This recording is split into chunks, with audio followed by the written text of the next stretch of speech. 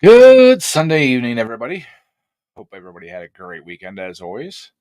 Um, Mine was pretty productive. So, like I said, hope you all are having a great day. See all we got here in the chat so far. We got Willie CK with the reminder on. Thank you, Willie. There's Lisa. Hi, Miss Lisa. There's Ben. How you doing, Ben? There's Ken. How you doing, Ken?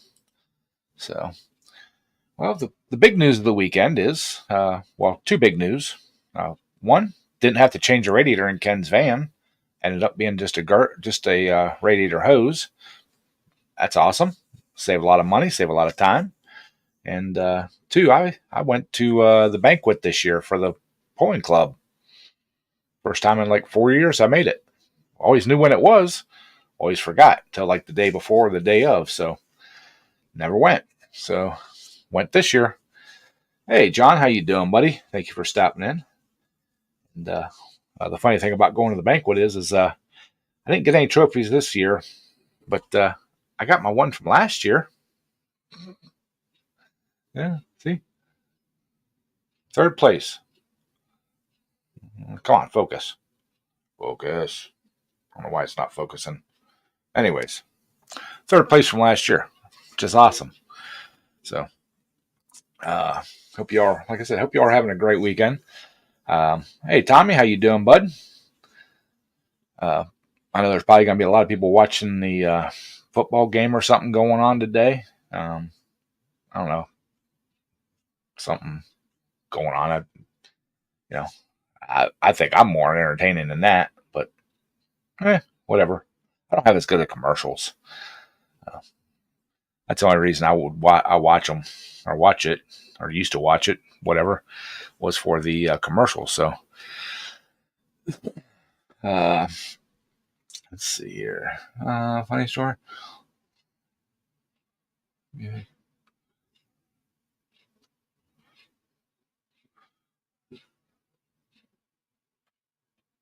Huh.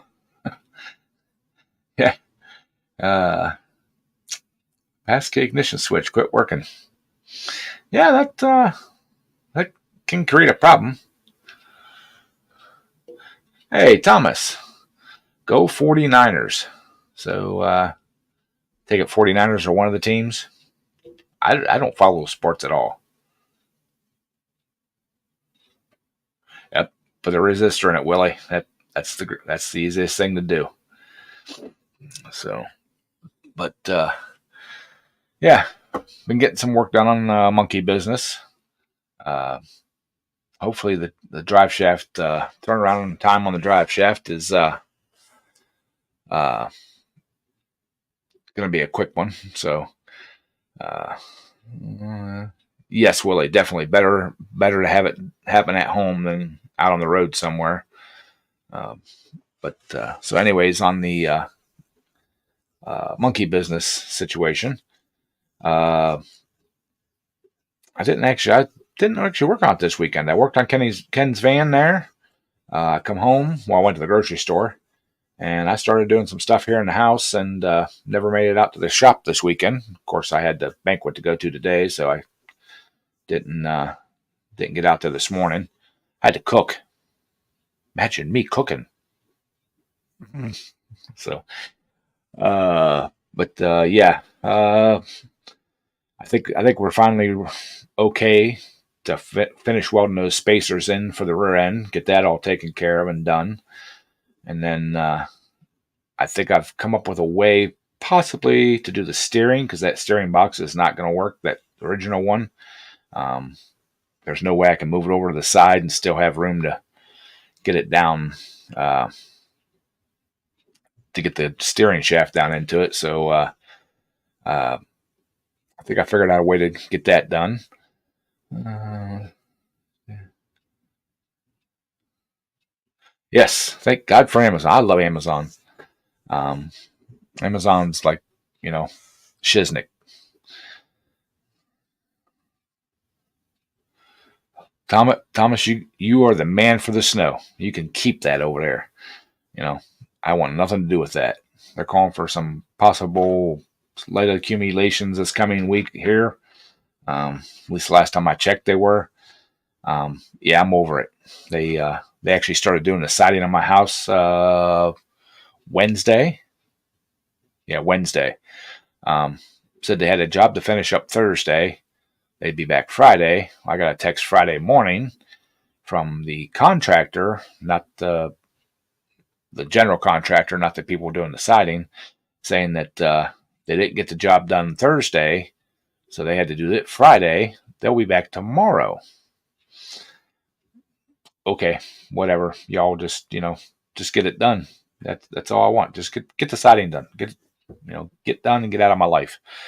I'm like way over this. So, but yeah, back to the Amazon thing. Um, Luckily, with what I've bought off Amazon all last year, and my lift I bought and was paying for all last year, I went and had my taxes done Friday, and I got quite substantial amount more back for turning those invoices in. The chain tax company I used to use would never even look at it, or they're like, no, oh no, basically they didn't want to do the legwork or anything on it. But I found a new guy, a private guy, and he charges actually less than the chain store, and I'm getting a whole lot more back. So more money for projects, y'all. Well, you know, definitely plenty of money to get uh, monkey business done, and get Plan B, hopefully running better, and possibly start a new engine build for a new tractor build. The replacement for Little Red, for the 39 cubic inch engine that I've had for 2 or 3 years, that just never wanted to put the money out. I'd rather put it into other stuff. But Uncle Mark, how you doing, buddy? Uh, Roof? No. Still, the insurance company is still saying that the shingles match good enough, and they're not going to budge on that. So um, we're just gonna slap some stuff on it, and is weak or whatever you want to call the shingles that are on it, they're gonna keep coming off, and eventually they're gonna have to do the whole thing. So um, we're just gonna ride it out, I guess.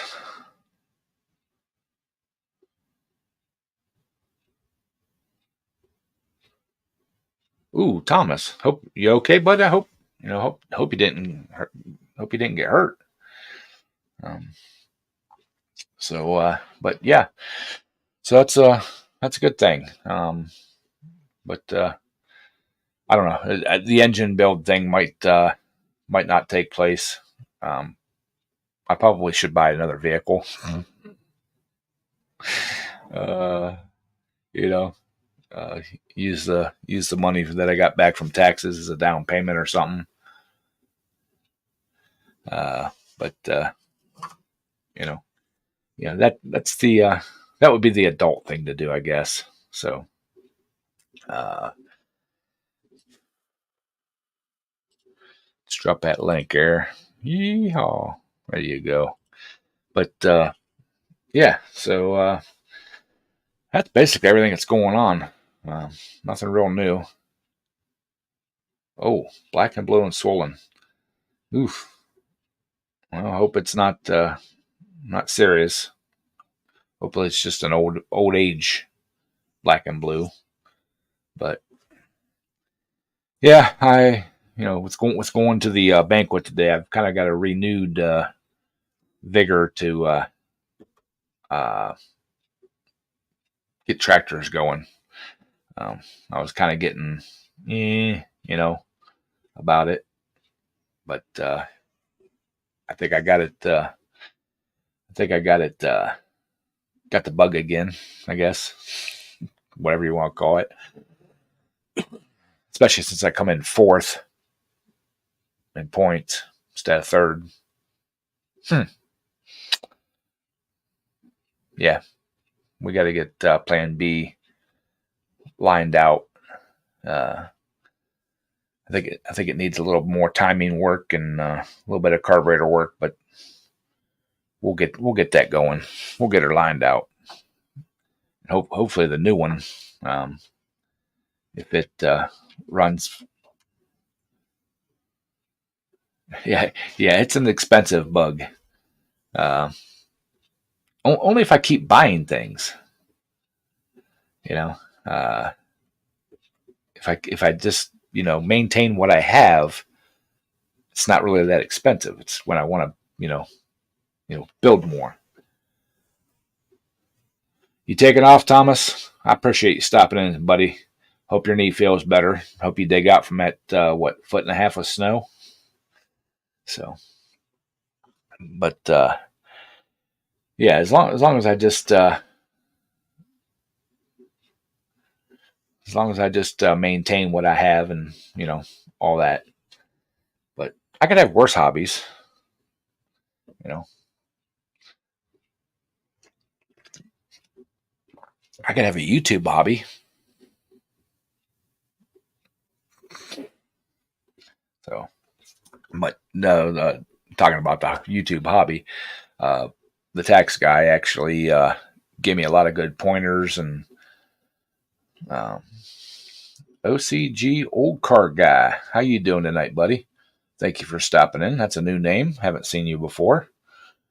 Um, but but yeah, he he he told me basically, yeah, or football, yeah, yeah. I don't know. I've never been a big like team sports fan. Uh, I mean, I'll watch a little bit of baseball now and again, but football, I just never really been a big fan of that. Um, I mean, I've watched it. I will watch it, but I mean, not die hard. I prefer you know things with a little bit more horsepower. Roadrunner, me. How you doing, buddy? Thank you for stopping in.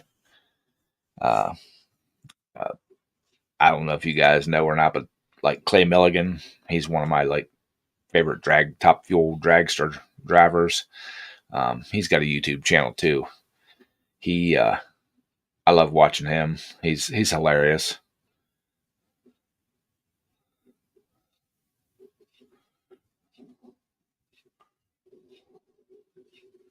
Those twin brakes.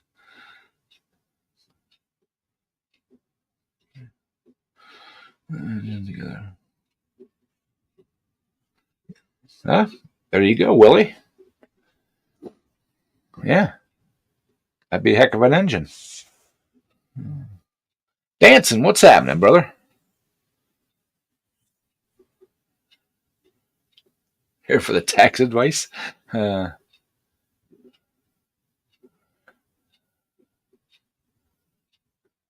uh, actually, dancing, if it involves your YouTube channel, like if you bought them to eat on your YouTube channel, technically you can deduct them. It's an expense. If you're making a video on eating donuts, you can keep the receipt. Um, all my cooking videos, I was just informed that all the ingredients that I buy, keep the receipts. Anything that has to do with the YouTube channel, driving somewhere to film or to get stuff or whatever, right down to mileage. Um, anything I buy for the shop or for the channel, keep the receipts.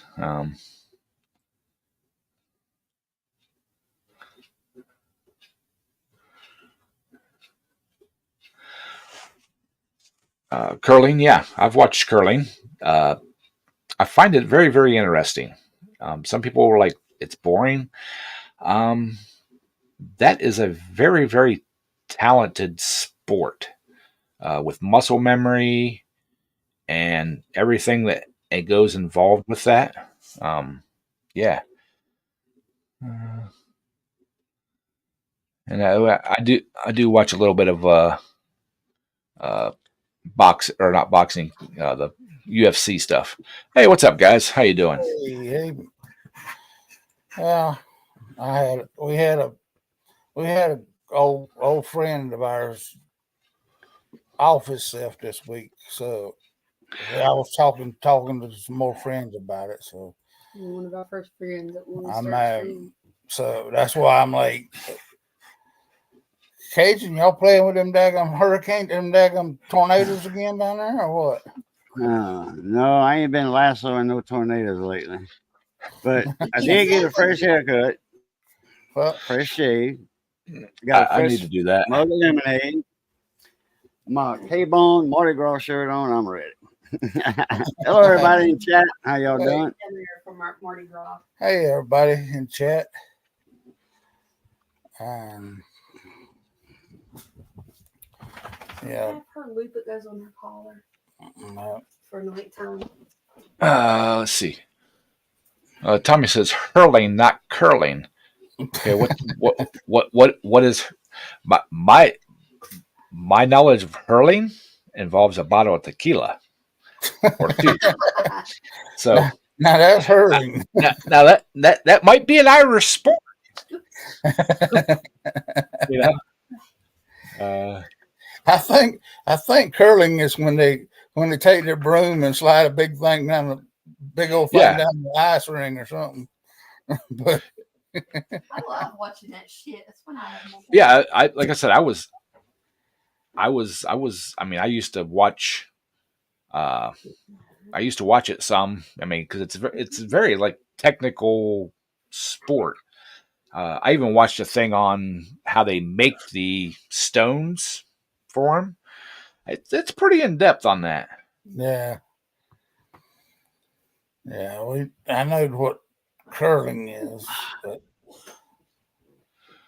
yeah, you Okay, keep your receipts for everything, Ed. And Ben, since you're doing it for your YouTube channel, see, you can come down and help me put up a fence. The fence I need, see, and you can charge all the mileage off for for the YouTube channel. See, yeah, I mean, yeah. Hurling is a sport like hockey, but with added violence. So it's like rugby on ice. Oh, Last night at the hockey game, a fight broke out, or last night at the boxing match, a hockey game broke out. yeah, Yeah, yeah. The Scottish games. Oh, I like watching the Scottish games, where they do the uh, the what is pole that big? thing, Yeah, the pole thing. Yeah, yeah, capon or cabin, something like that. yeah. throw the big I had pole. Well, I had a friend of mine. He's passed away now, but uh, he used to do the Highland games. He used to do that and the stone toss and all that kind of stuff. Caber toss. I Caber, said yeah. carbon, but I don't know why I said that's a barn in French, a carbon. Well, you almost had it right. You just Oh, you just got I hockey don't know on. if I said caper. I said caper. I did. Carbon and caper. Put it two together and caper.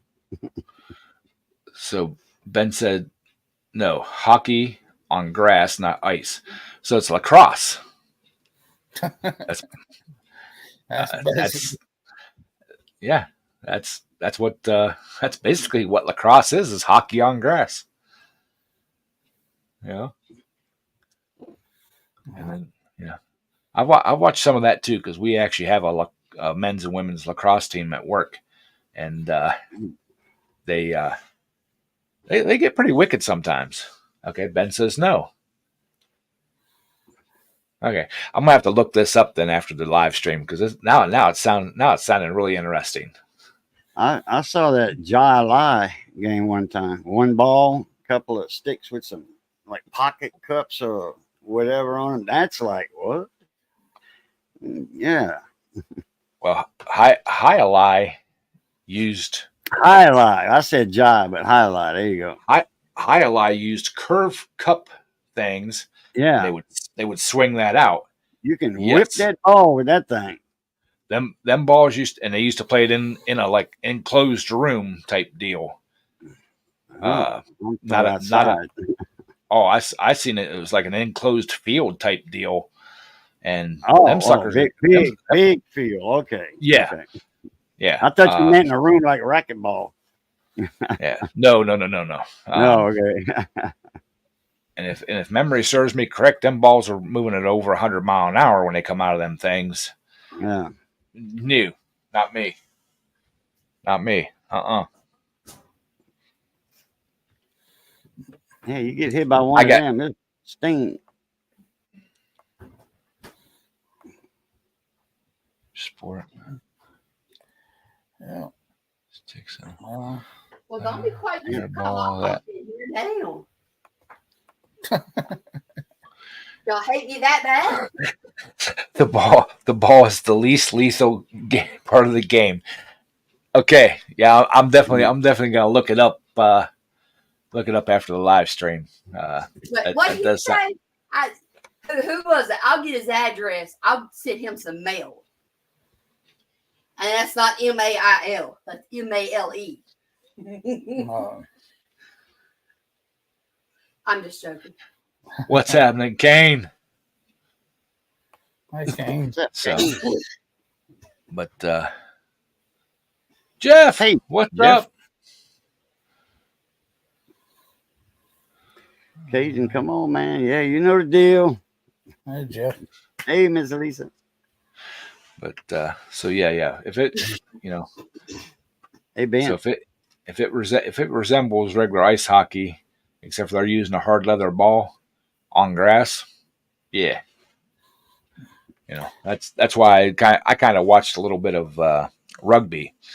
That's kind of that's a manly sport, I guess you'd call it. Well, I got one question there, Ed. Uh-huh. Why is Jeff not the only one blue on here? It's not blue. I'm just curious, but he don't have a wrench anymore. Why doesn't he have a wrench anymore? We're gonna take care of that right now. He used to, unless it's not his channel. that's what I was wondering. Was it an imposter or what? Would you toss the cough drop? I keep a blue wrench because I can knock everyone in the head with it. Okay. And Yeah, I keep one handy all the time. Right here.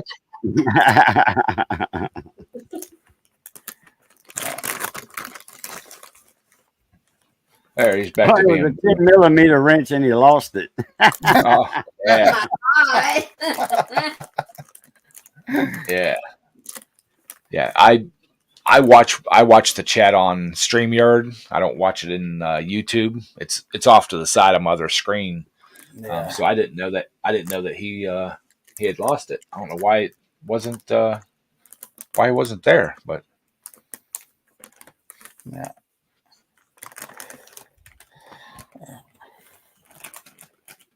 I'm trying Watch to him come up in the panel and said, "That's not me in the chat."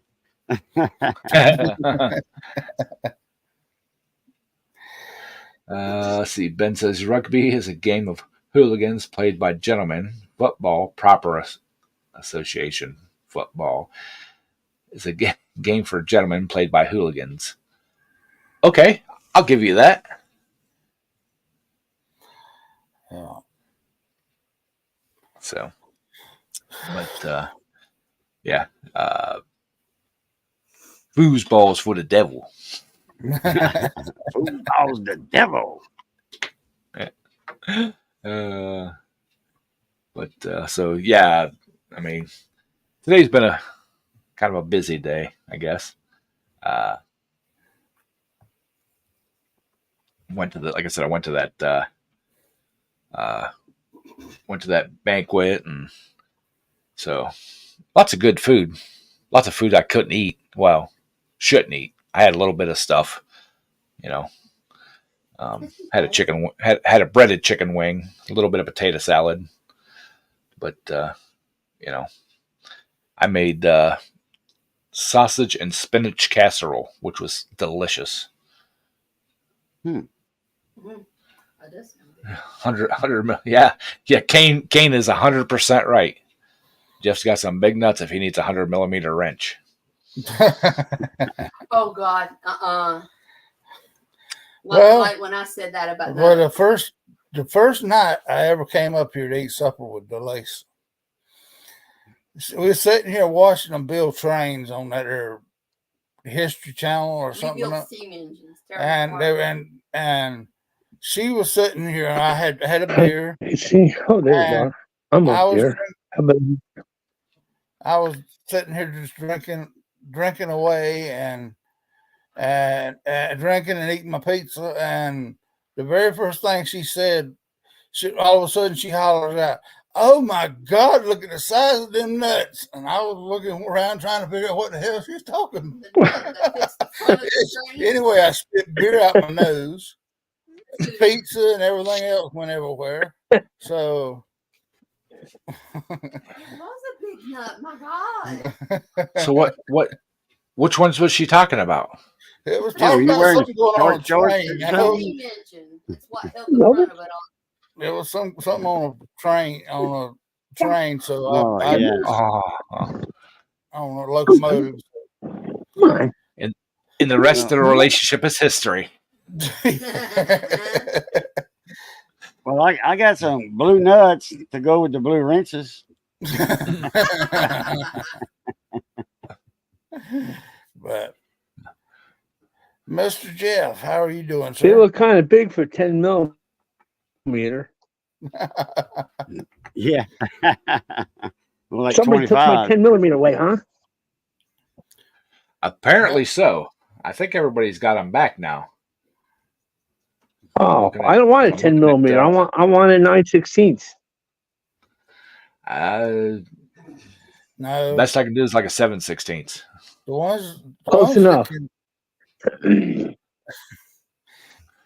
ones that you lose in the regular size nuts is usually the 1/2 inch. Every time you go to look for a 1/2 inch, you can't find it, or a 10mm. But the thing about it is, 1/2 inch they always seem to grow back once you don't need them anymore. I mean, I can open up my toolbox and half the box is half inch, but you go to looking for that song and you can't find it for crap. Here's something for you to look for, Daryl. Next time you go to Home Depot, see if you can find a 7/16 bolt.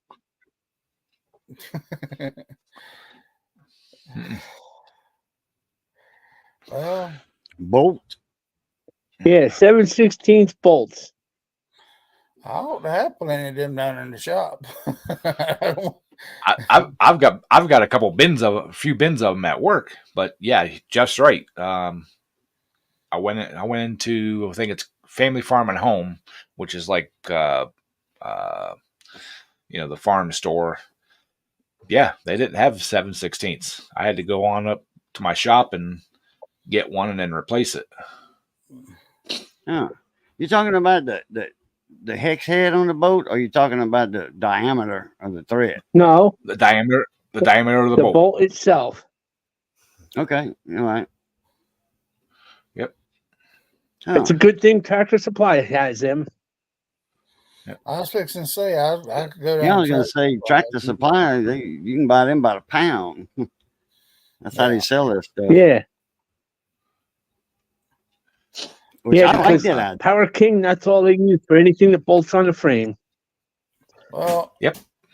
Used to in South Carolina, you go to Ag South, that's what it was called, and if you couldn't find the bolt size in there, they didn't make it. Right. We got DNR here like that because they had they had several rows of bolts and nuts and everything else. We used to have a place that was called Surplus Junk Store, and they would buy like surplus stuff, junk, and they would sell all their bolts and nuts by the pound. And man, they had some off the wall size pitch thread, thread pitches and everything else, man. And dirt cheap. I mean, dirt cheap. That's where I used to get all my stuff at. I'd go in and buy like 5 pounds of stuff at a time, and they had a lot of army surplus stuff too, but they closed up. Apparently they weren't doing good enough business, and we have a place here in town that's like that. If they ain't got the bolt or O-ring or tap or die, or if they ain't got it, you don't need it. Oh, like you can't get it nowhere else. Well, this place, like back in the day, like with their drywall screws and stuff like that, was like 10 cents a pound. Yeah, and they would have. I mean, they had buckets upon buckets upon buckets, and if you wanted, a quarter pound of them, or you wanted 100 pounds of them, it was all the same price. But my God, no. Adam, small town machine. They have a place around him. They got everything you need, like every bolt, nut, washer, lock nut, stainless, grade 8, grade 5, whatever. They have it. If you need it, they got it. And if they don't, they can get it within a day or two. Yeah. And it's one of them specialty shops, that's kind of hard to find. Yeah, we've got a couple of those places. Took out the little man years ago, the little mom and pop stores, the little plumbing stores and what have you. But them little mom and pop stores down here, they still going strong. When Lowe's came in, all them little mom and pops closed up. So, I mean, as far as hardware. Well, Walmart used to have a lot of that stuff. Now they don't. Now they don't. You go in there, plumbing supply. They don't have nipples, pre-threaded nipples, 6-inch, 3-inch, 1-foot pipe already. Walmart ain't got that no more. They used to have that years ago. Not no more. Yeah, we still got a couple places around here that they're industrial supply stores, and they sell nuts, bolts, fittings, all kinds of stuff. And if they don't have it, they can get it for you. But a friend of mine years ago, when I still worked at a truck garage, he got a job working for it's an industrial supply store or place, but theirs was mostly mail order stuff. They didn't have like a counter service where you could walk in and buy. They would box stuff up to send out to other places. And it amazed me, like once a week or so, they would go in and just completely sweep under the tables, around the floors, around the corners, all that kind of stuff. Everything that was on the floor got pitched.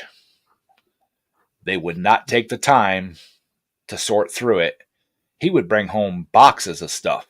And you may get wire fittings, wire ends, crimp connectors, all that kind of stuff, nuts, bolts, screws, just all kinds of, little knick-knacky stuff, all mixed in together in a box. And heck, he'd bring me one of those, and I'd have one of the guys at the shop, truck garage, I'd have them pick through it, sort all that stuff out. And, sometimes you got stuff that, you had no clue what you're ever going to do with it. Like, metric fine thread, hardened bolt, metric left-hand bolts. Well, I had so many of those daggone little short sheet metal screws one time. I had so many of them. I was constantly giving them away because when I worked at the water heater factory, when you swept under the machines and all that stuff, they're throwing all that in the trash. So it just went home with me. I mean, I'd come home every day with a pocket full of them. I mean, I like them little Tapcons and big. They got a washer head on them about that big around. Yeah, metal like for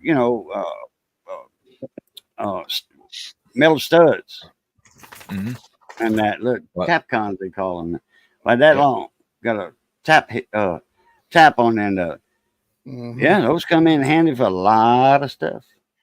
Well, I used to have all the ones with the rubber washers. Huh? The ones with the rubber washers? No. Oh. No, it's just all metal. Quit. Yeah. A washer, type head on it. Looks like a washer attached to it already. Go on. Tap comes. Tommy, I've got one of those buckets at work too. It's like a 1 gallon bucket. It's almost time for another bucket. And yeah, it's got all kinds of miscellaneous bolts, nuts, screws, all that kind of stuff in it. I used to have one here at the house. Well, a couple coffee cans full of the stuff. And I had a neighbor come over one time and asked me, "Hey, wouldn't happen to have a bolt that would fit this?" And I'm like, here, take these. If you find it, cool. Yeah, he walked off with them. He never brought them back. No, I used to have a 25 gallon, like oil or grease or something that comes in, a barrel. I had that thing almost full of bolts and screws. All right, Roadrunner, take care, bud. We'll catch you on the next one. Later, Roadrunner. So yeah, I mean, anytime I take bolts and nuts out of stuff at work that I'm going to replace, and if they're in decent shape, they all go in that, go in that bucket. And it's like I said, it's just about time to replace that bucket. She's getting almost to the top. But if you got a brother that works at a steel mill, it does no good. So I mean, because by the time I get the bucket by halfway full, he'd take it and he'd end up taking it and throwing it in a daggum old car or something other that he hauled to the steel mill and give it extra weight. So yeah. I had a buddy that did that. He used to take every nut and bolt, like when he was scrapping stuff, not cars, but like, he'd take everything apart, throw all the nuts and bolts and everything in a bucket. And then a couple times a year when he got, because that's considered a better material. He got different prices for that than the sheet metal and stuff. And a couple times a year, he would, take that stuff in and, cash it out. And I'm like, why don't you keep some of that stuff? He's like, nope, don't need it. It's worth more. He goes, I make more on selling it, and I can buy the nut and bolts that I need rather than trying to reuse some old stuff. You know what I like going in the junkyard with? What's that? There was one guy by me. He used to take cars in every now and then. Well, he took a couple in until they nailed them finally. He would take for extra weight instead of filling it up like, rims and stuff. He would put wooden blocks, like cut off wooden blocks and little logs in there, put a piece of plywood over it, and just put like a bunch of scrap metal right over the top of it, so it looked like it was all scrap metal. Well, they finally caught on to it after about a third time. Yeah, I knew a guy. He wasn't like a really good friend. I just knew who he was. He would save all of his hot water heaters and stuff that he picked up throughout the summer and everything, and fill them half to 3/4 the way full of water and let them freeze. Yeah. Fuel tanks from that are in cars and stuff before they had to start taking the fuel tanks out. He would literally pour them full of concrete. Tires full of concrete. Well, that's why they started making you have to cut that junk off of them. You take the tires off of them, and everything else you had to take off of them now. Back then, well, he would go as far as like in the wintertime, a car engine, he'd fill that full of water and let it freeze. What was the point of letting the water freeze? So it wouldn't slosh. All the water would freeze up in it, and that'd be extra weight inside the motor. Yeah. Oh, so you brought it in while it was still frozen. Yeah. Oh, okay. Yeah. I got it. Because I heard you say something about concrete, and I thought that had to do with frozen water. Okay. No, he would fill it like hot. like the hot water tanks fill full of water, let them freeze, and that way they wouldn't slosh. And even if they turned them upside down and moved them, the water wouldn't run out. Right. But they weighed more. So, but come spring or summer, well, they probably had done got rid of it by then. But come spring or summer, all the water would melt. right. I mean, ice would melt. And he also learned real quick that you can only fill them about half full, because if you fill them full of water, the operator knows when he picks them up, that they're heavier. And he's Too like, heavy. well, then they would crush them with something and break them open and like, oh, they're full of water. Nope. You got to reweigh, or a lot of them machines have scales built right into them now. Right. And then he was also one when they started getting real picky about, pulling like the seats out and, getting more money and stuff like that. He'd light them on fire. Then they'd stop taking them. If they're burnt, they wouldn't take them unless he had a title that says it was in an accident, it burnt, blah, blah, blah. If it was just completely burnt to a crisp to get all, because he'd burn them, pull all the copper wire and stuff out, all the vinyl, all the plastics and all that kind of stuff's gone. He gets more money for clean steel. Then they stop taking the burnt cars. You have to actually you actually have to physically remove that stuff, not just burn it out. Yeah. I know the one thing junkyards really love to see come in. Them like the steel pipes you put in front of the garage doors that's filled with concrete and stuff. Yeah. Oh, they love to see that stuff come in with a big ball of concrete on the bottom. It's like, put it back in the truck and take it. Don't even think about dumping that here. Well, we used to do a lot of scrapping at work, like during the summer when they're remodeling and stuff, and we would separate stuff out and take down, clean steel and dirty steel and stuff like that. It just got to be such a pain in the butt. And we talked to the scrapyard, and they're like, "Yeah, we'll drop you a 40-yard hopper. Y'all just throw in it what you want, whether it's sheet steel, solid steel, just please no tires or batteries, of course."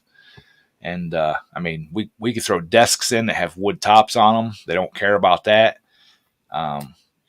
So yeah, we do it that way now. So they come about every 3 months. They come and get it. Well, you know what you get, what they getting right now for what they're charging you if you buy a battery. You know how much they charge you for a core nowadays for a battery?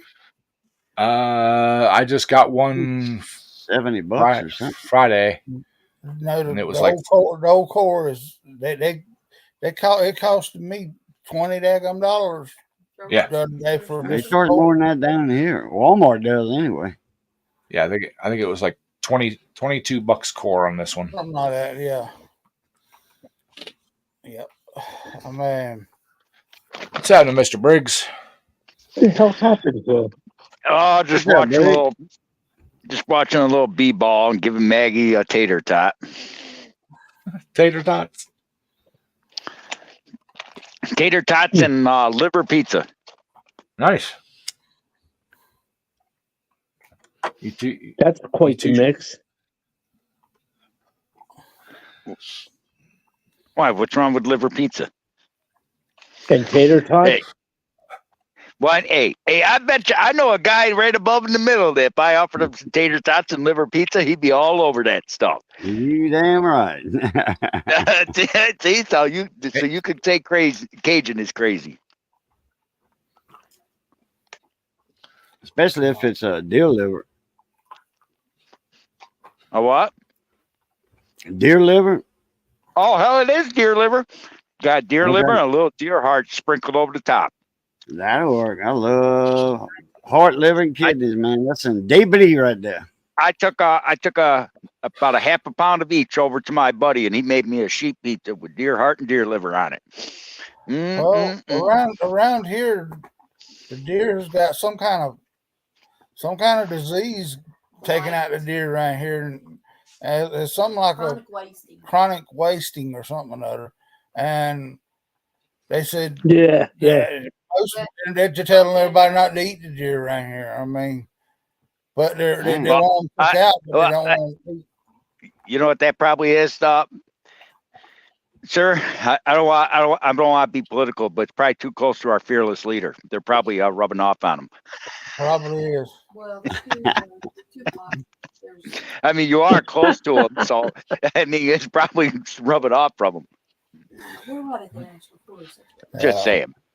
I mean, we're right up against the national forest, but they've got somehow or another they've gotten that daggone disease, some kind of disease, and they said if you cook up a deer and it don't smell right or taste right, do not eat it. The strangest deer I ever caught was about 10 years ago. I was driving my truck through Ohio, and I hit a 12-point. I saw a guy in front of me hit a 12-point buck. He was right in front of me, and and I was in my truck, and I went like this, pulled over because some of this deer, the horns and that were flying up over his car and hitting my semi. So I pulled over, and the guy said, called the cops, and I had to have call my company because it hit the horn. The one horn broke off the head, and it took the right windshield out of my truck. And it was funny when all said and done, we swapped insurance.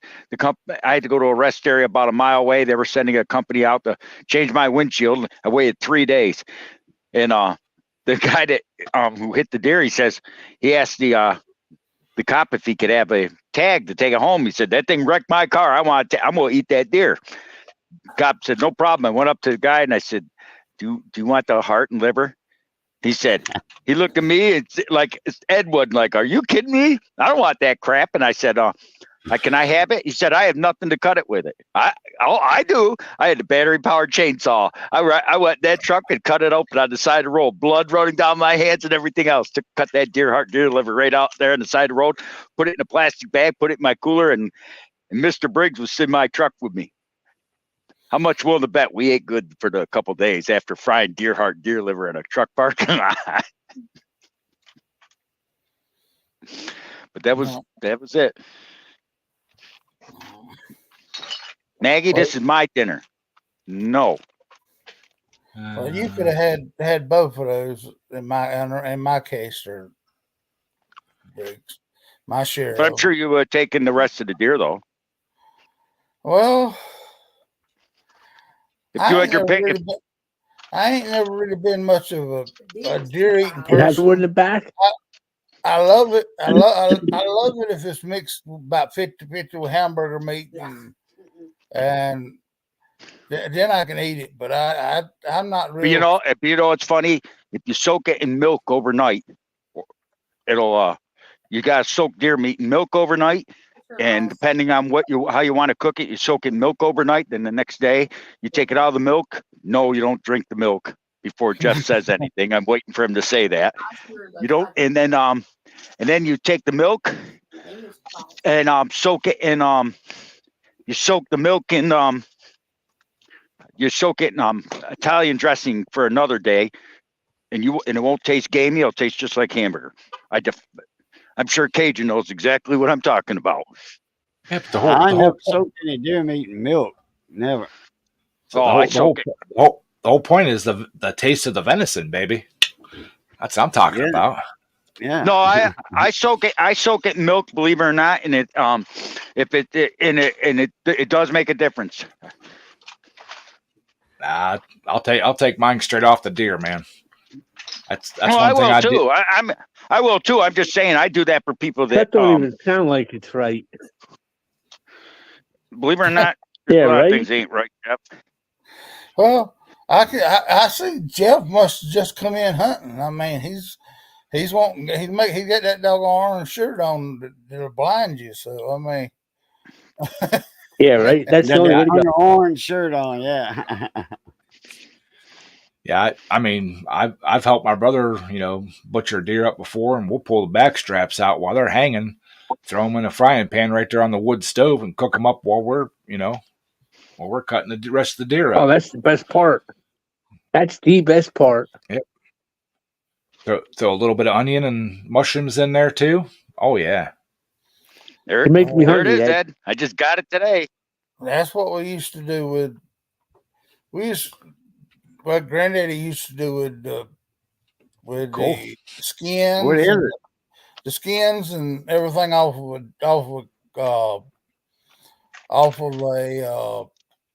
the pigs and stuff. We'd have our little bowl or thing sitting there. He'd have one in great big old cast iron pots that he'd have that going, and anything that he could melt off for Oh my God. Lard. His dad died. For making lard. yeah, making lard. Yep. Yeah. Yep. What you say, Cajun? What is that? A title for a 1999 Chevy Tahoe that I just bought off a buddy of mine a little while ago. Oh, He bought it in you think he got his money's worth out of it? He bought it in 2002 with for $6,000. It was a repo. It had 30,970 miles on it in 2002. And it's got and you got it at a good 248,000. deal? I got $1,000 for it. But he drove it from 2002 until about a year and a half ago when he parked it. It has 248,000 miles on it. You paid $1,000 for it? Yeah. I wish I could find one like that over here because my Jeep's. Well, I had to put a ton of work into it. The front brakes were frozen. So The front brakes were frozen up. The drive axles were the CB axles were torn, so I bought them. I haven't put them in yet. CB axles. The front fenders were rusted. I bought brand new fenders. Hell, you can buy aftermarket fenders for $100. The back bumper was rusted out. I bought a new back bumper for it. I got to put them on. I'm just waiting for it to not be 40 below out. Yep. It's not worth doing that work, but I've never seen a vehicle inside. You know, all the fake wood panels they put inside on the doors and on the dash. They're like this. They're curling up because it's been sitting outside with the sun blazing on it with the windows up. I told him he should have left those windows cracked up. Now I got to search. If I sell it in the spring, like I probably will or not, I'm gonna have to find those plastics. They're fake wood. You know what I'm talking about. They're on top of the armrest or in the center console, and they're curling up. They look like a plastic sticker that's been exposed to the sun too long. Katana, what's happening, brother? Hey, Katana.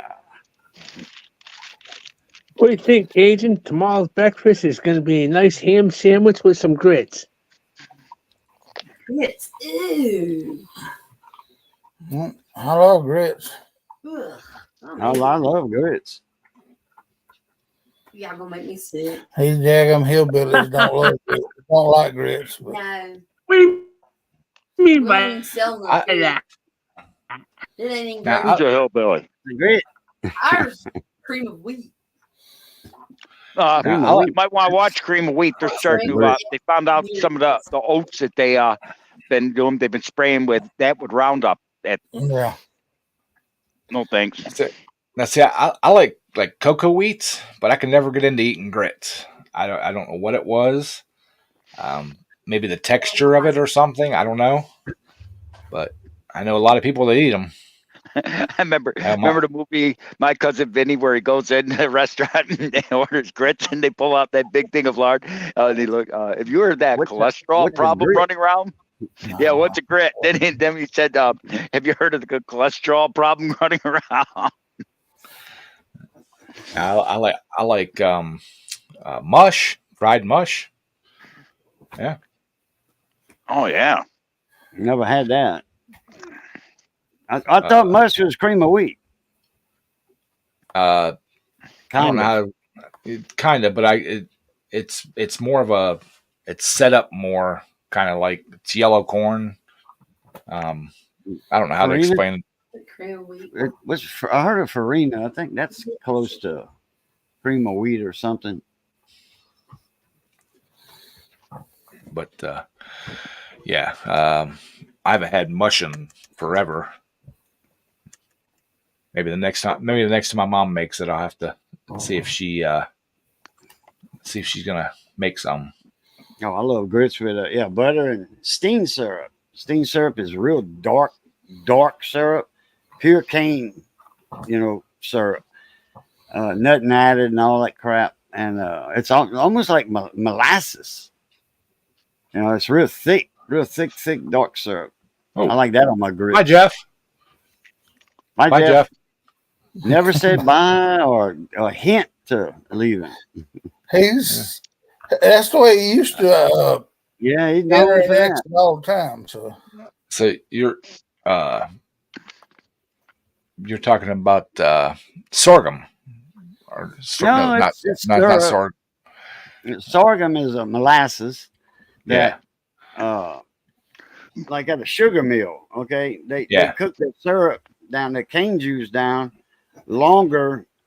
Okay, steamed syrup is cooked right before the sugar process, right before, and then they dump it and can it or put it in a bottle, and it's thick syrup. But at a sugar mill, they put that real thick syrup into some spinners, and like a dryer spinner, and but they upright, and what that does, it slings the molasses out of it, and the sugar just falls to the bottom. And it's not white sugar, it's brown sugar, and it's wet, and they just put those in big piles inside of buildings, big huge piles, and the front end loaders go up, and those front end loaders don't go outside, they stay in the building, right, for the tires, dirt, and all that stuff. So they load that sugar in the trucks, and then that goes to the granulators, and that's where they make you white sugar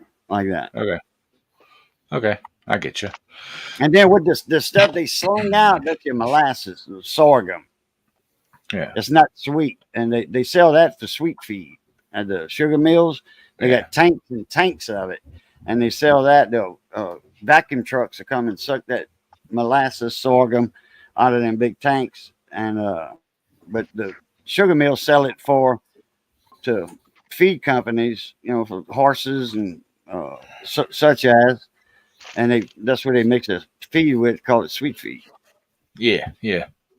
And that's what you feed your animals in the winter, because it's so cold, right. Your horses and all that, they need that in the winter. That sugar, it's not a lot of sugar, but they need that sugar to create that body heat. Right. Yeah, we used to feed our horses and cattle sweet feed in the winter. Mm-hmm. The mice loved it too. So yeah. It gets expensive. You're funny. I like that you said that.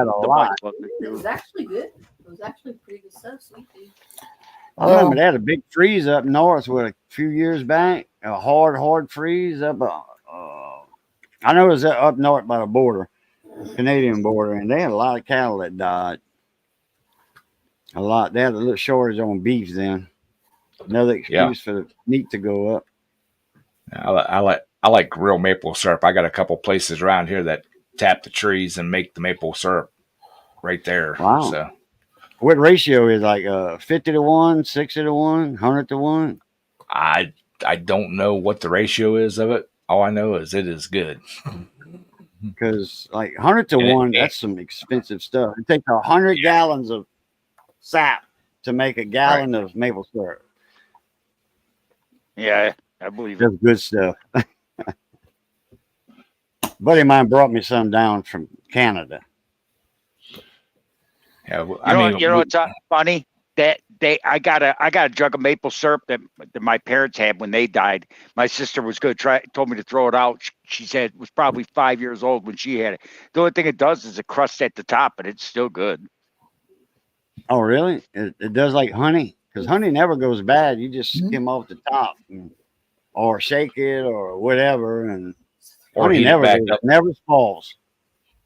I got it. My neighbor right next door here, he's got a bunch of beehives, and he's given me like quart jars of it that's a couple years old, and it's crystallized. And he said there's absolutely nothing wrong with it. He said put it in a pan like with a grate in the bottom, boil the water. He said and that stuff it'll turn right back to liquid.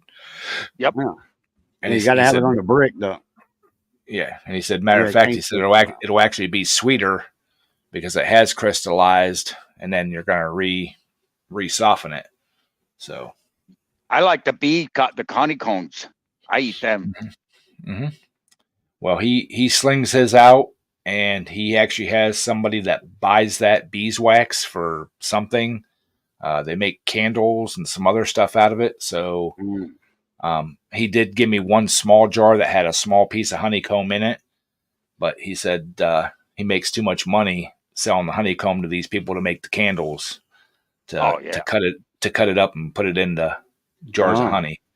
And his is unpasteurized honey, so it's got all the good stuff still in it. I didn't know they pasteurized it. Mm-hmm. Yeah, like oysters, pasteurized oysters. Oh man, those are nasty. Yeah, your commercial honey that you buy in like the grocery store, all that is pasteurized. Really? It has to be. Yeah. Yep. That's why it has such a long shelf life before it crystallizes.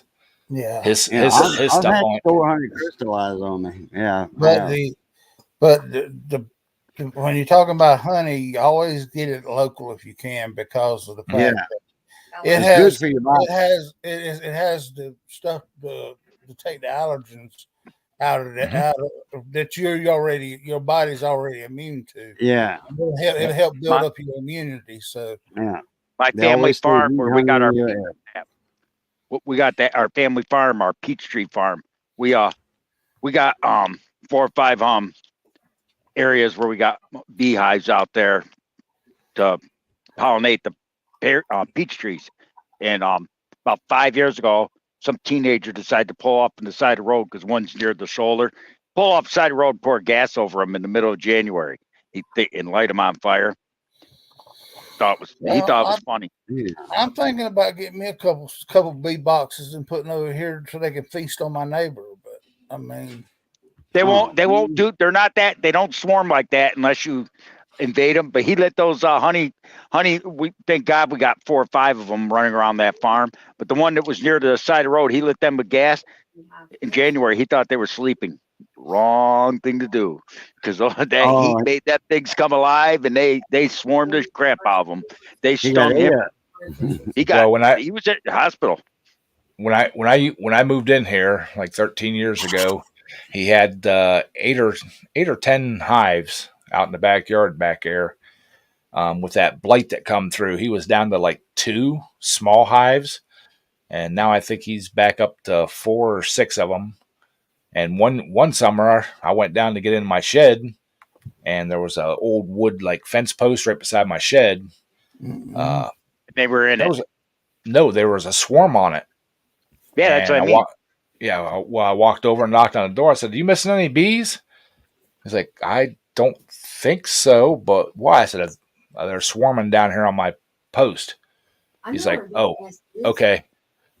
So he went down, and it was late in the afternoon. He's kind of looking around. He's like, "Okay." He goes, "I see where the new queen is." He said, "If you don't mind," he goes, "I'll wait till it gets a little closer to dusk." He goes, "And I'll go ahead and I'll get her out and put a box right here and put her in the box." He said, "Tomorrow morning they'll all be in that hive." I'm like, "You do what you got to do, brother." I said, "I don't need to mow my grass today." And I seen him didn't want to kill him either. Right. And so I see him go down right about dusk, and all he wears is just a thing over his head. He don't wear the full suit. And he went down there with his little smoker and threw some smoke on him and had a couple sticks and dug a little thing of bees out and opened the top of the box, dropped her down in, closed the lid. Next morning when I went to work, I kind of went down, post is perfectly clean. I come home from work, the hive's sitting over by where the rest of his hives are at. And he come over and said, "Thank you very much." He said, "I'm lucky that they just went that far." He said, "Usually they'll go pretty far, when the hive split." He goes, "I had no clue that they were getting ready to split like that." He goes, "I didn't think it was that big of a hive, but so all right, y'all. It's been over an hour now, so I appreciate everybody coming out, hanging out. I think the game's still going on, so you all can go finish watching that, and appreciate you hanging out with me, and we'll catch you all on the next one. All righty. Good night, everybody. Night, everybody. See y'all. catch y'all later on. As always, love, peace, and crackling grease. A Pluta. Pluta, y'all. Fun.